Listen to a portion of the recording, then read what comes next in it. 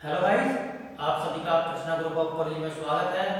हमारा जो बीएड 2 वर्षीय प्रोग्राम है, हम उसके अंतर्गत बीएड सेकंड ईयर में अध्ययन कर रहे हैं। बीएड सेकंड ईयर में हमारे पेपर का नाम है कार्य शिक्षा, गांधी जी की नई तालीम और सामुदायिक संलिप्तता। यानी कि इस पेपर के अंदर हम कार्य शिक्षा के बारे में अध्ययन करेंगे। जो गांधी जी ने नई तालीम दी थी उसके बारे में अध्ययन करेंगे और जो सामुदायिक भागीदारी है उनके बारे में अध्ययन करेंगे। सो गाइस, हमारा जो आज का टॉपिक है वह है गांधी जी की नई तालीम। हम इसके अंतर्गत अपने आज के इस टॉपिक के जो शिक्षण विधियां हैं उनमें अध्ययन करेंगे। गांधी जी ने उस समय किस प्रकार की या कौन सी शिक्षण विधियों को दिया था, उन सभी के बारे में हम जानकारी हासिल करेंगे। जो महात्मा गांधी थे वह यह चाहते थे कि बालकों को अनिवार्य शिक्षा दी जानी चाहिए। यानी कि अनिवार्य शिक्षा और बुनियादी शिक्षा का जो सूत्रपात किया था वह गांधी जी ने किया था। अनिवार्य शिक्षा के अंतर्गत गांधी जी ये चाहते थे कि जो 7 से 14 वर्ष आयु वर्ग के जितने भी बच्चे हैं, चाहे वो लड़के हैं या लड़कियां, उन सभी को शिक्षा अनिवार्य रूप से दी जानी चाहिए और शिक्षा भी निःशुल्क दी जानी चाहिए। उनसे शिक्षा देने के बदले में कुछ भी यानी फीस या कर के रूप में कुछ ना लिया जाना चाहिए। और वह यह मानते थे कि हमारी जो शिक्षा है वह इस प्रकार की होनी चाहिए जिससे कि सभी का जीवन उच्च हो सके। यानी कि वह कार्यपरक शिक्षा या हस्तकौशल की शिक्षा पर अधिक जोर देते थे। गांधी जी उस समय में जो प्रचलित शिक्षण विधियां थी उनका विरोध करते थे और उन्हें दोषपूर्ण बताते थे।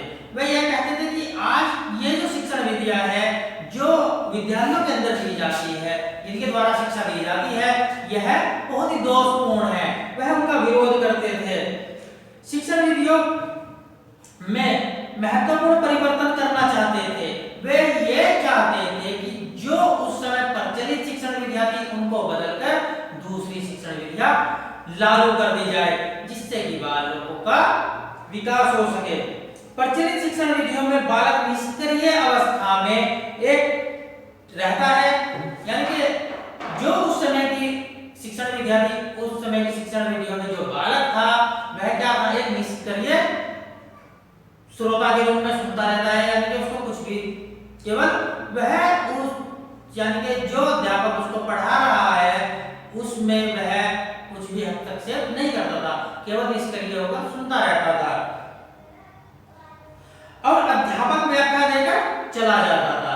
यानी कि उस बालक के मन में क्या प्रश्न था, किस प्रकार का प्रश्न था, एक अध्यापक ने किसी चीज के बारे में पढ़ाया लेकिन अध्यापक केवल उसको निष्क्रिय होकर सुनता था, ना कि जो चीज उसकी समझ नहीं आ रही है उस चीज के बारे में वह जान सके या अध्यापक से मालूम कर सके।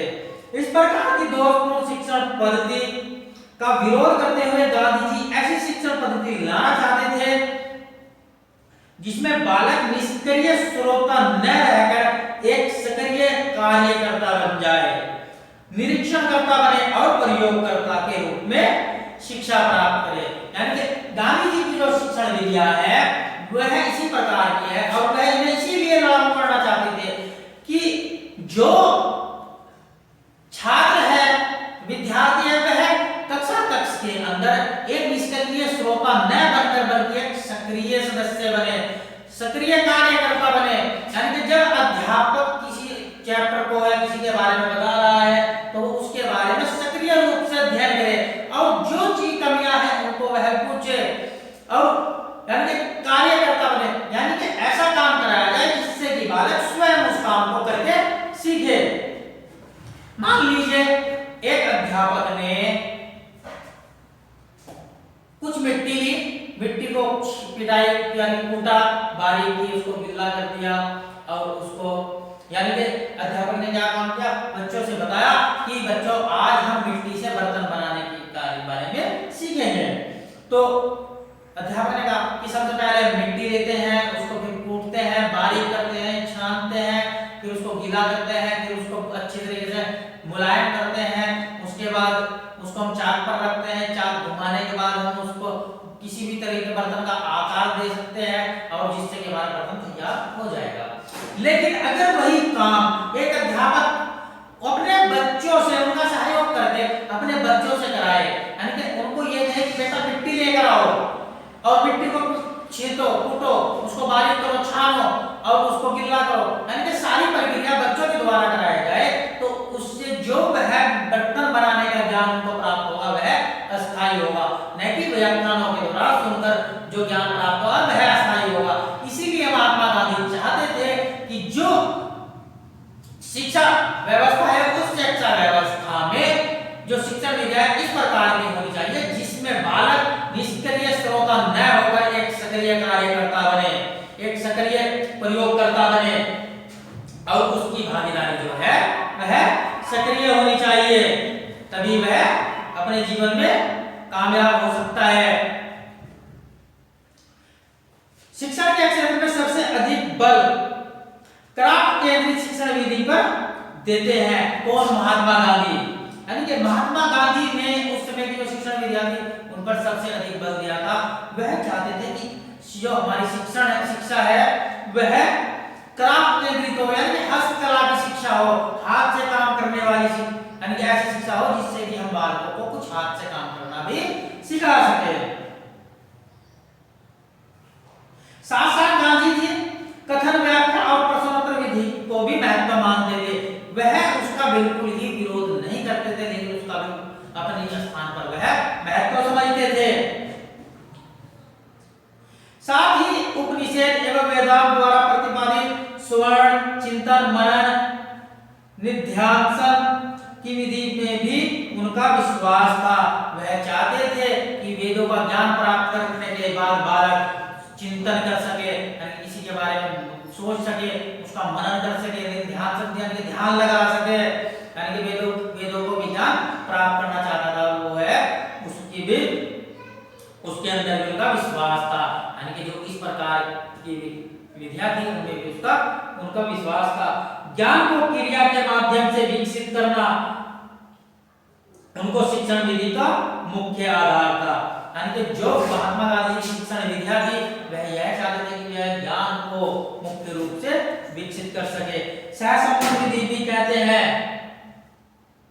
इन विधियों को सहसंबंध विधि भी कहते हैं, यानी एक दूसरे में दूसरी विधि का संबंध करना, यानी कि एक चीज को हम दूसरे से अगर संबंध करके पढ़ाएंगे तो बच्चों में अस्थायी ज्ञान अधिक होगा। अब हम आते हैं गांधी जी की जो शिक्षण विधियां थी। नंबर 1 थी क्रिया विधि। गांधी जी का मानना था कि बालक के मानसिक विकास के लिए उसके शरीर की विभिन्न ज्ञानेंद्रियों एवं कर्मेंद्रियों का विकास एवं प्रशिक्षण आवश्यक है। यानी कि जब तक उसकी जो ज्ञानेंद्रियां है, उसकी कर्मेंद्रियां है, उनका विकास नहीं होगा, यानी कि उन्हें प्रशिक्षित नहीं किया जाएगा उनके लिए, तो उनका संपूर्ण विकास नहीं हो सकता। इसीलिए वह कहते थे कि अगर हमें बालकों का मानसिक विकास करना है तो उनकी जो ज्ञान इंद्रिया है, उनकी जो कर्मेंद्रिया है, उनको प्रशिक्षित किया जाना चाहिए, तभी उनका मानसिक विकास आसानी से हो सकता है।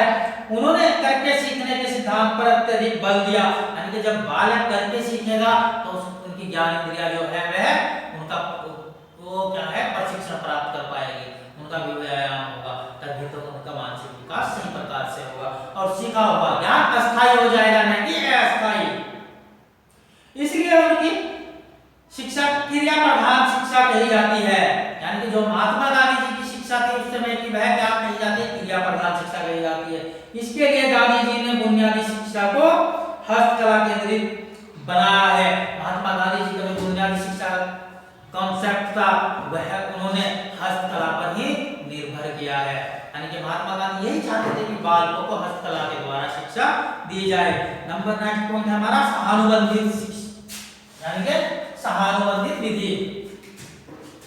सहानुबंधित विधि को समन्वय विधि भी कहते हैं, यानी कि इसका दूसरा नाम क्या है? समन्वय विधि। एक दूसरे से दूसरे संबंध स्थापित करना, कौन सा? समन्वय।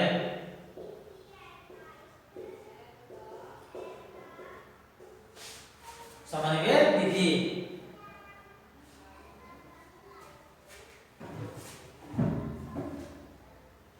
गांधी जी ने इस विधि को बहुत महत्वपूर्ण बताया है। उनका मानना है कि बालक को विभिन्न विषयों की शिक्षा एक दूसरे से संबंधित करके दी जानी चाहिए। यानी कि वही ये चाहते थे कि एक विषय में जो हम पढ़ा रहे हैं उस विषय का कुछ भाग दूसरे विषय में भी होना चाहिए। यानी कि बालक उससे संबंधित होकर दूसरे विषय का ज्ञान भी आसानी से प्राप्त कर सकते हैं। उनका यही मानना था कि हमें इस प्रकार की से शिक्षा दी जानी चाहिए जिससे कि वह दूसरे विषय का भी समन्वय कर सके। जैसे किसी हस्तकला की शिक्षा देते समय प्रासंगिक रूप से भूगोल, इतिहास, विज्ञान आदि का समुचित ज्ञान कराया जा सकता है।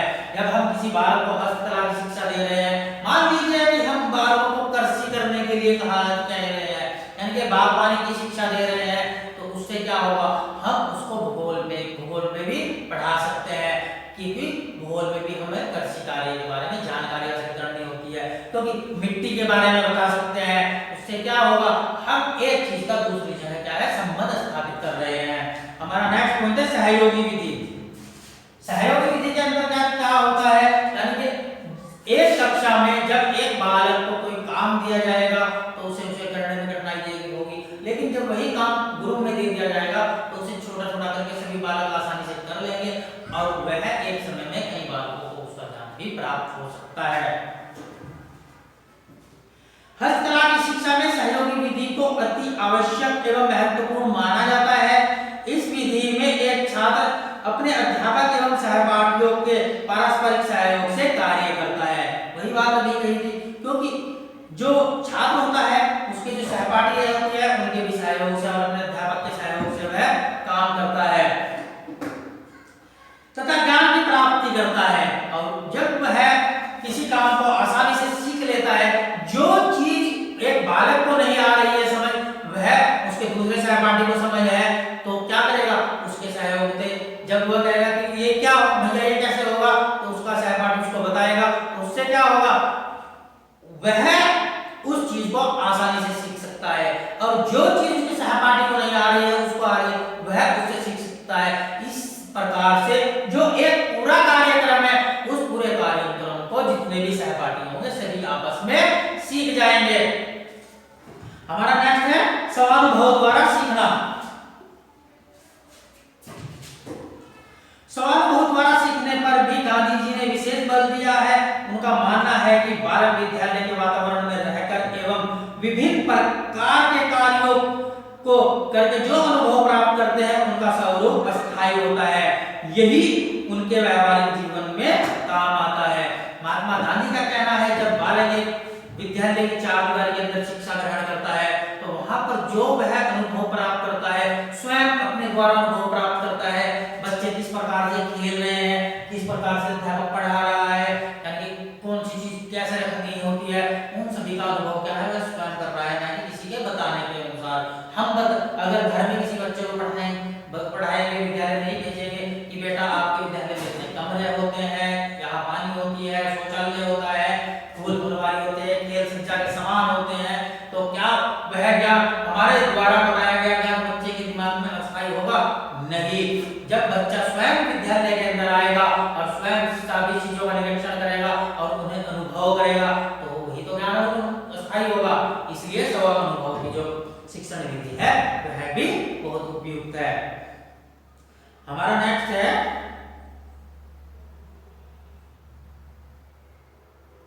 अन्य शिक्षण विधियां। अन्य शिक्षण विधियों के अंतर्गत जो हमारे महात्मा गांधी थे, उन्होंने अनुसरण विधि को भी प्रबल दिया, यानी कि वह चाहते थे कि बालक अनुकरण के द्वारा बहुत जल्दी सीखते हैं। यह बात सभी जानते होंगे कि जिन परिवारों में यानी कि कोई छोटा बच्चा होता है और उससे 2-3 भाई बहन और भी होते हैं, चाचा ताऊ के, मामा फूफी किसी के भी, तो वह उस बच्चे का जो मानसिक, बौद्धिक और भाषा विकास है वह जल्दी होता है, शारीरिक विकास जल्दी होता है, क्योंकि वह बच्चा उनको अनुकरण करके करता है। आपके परिवार में केवल एक ही छोटा बच्चा है, तो उसको छोटे बच्चे को यानी कि कोई दूसरा छोटा बच्चा दिखाई नहीं दे रहा कार्य करता हुआ, क्या खेलता हुआ, तो उसका जो शारीरिक विकास है वह देर से होगा। लेकिन अगर उसके सामने 2-3 बच्चे और होते हैं जो जैसे कि वह चलते हैं, भागते हैं, काम कर में अपने मन का हाथ बटाते हैं, परिवारों में पहले से जो बच्चे होते हैं उन परिवारों के बच्चों का जो शारीरिक, बौद्धिक और मानसिक और भाषागत विकास है वह जल्दी हो जाता है। नेक्स्ट संगीत विधि, यानी कि संगीत विधि के द्वारा भी बालकों को शिक्षित किया जा सकता है। इस विधि का प्रयोग करके हम बालकों की जो इच्छाएं हैं, जो उनके अंदर उनकी इच्छा है, उनकी जो क्या अभिव्यक्ति है उसको बाहर निकाल सकते हैं। और वह ना संगीत के क्षेत्र में अपना नाम और अपने राष्ट्र का नाम रोशन कर सकते हैं।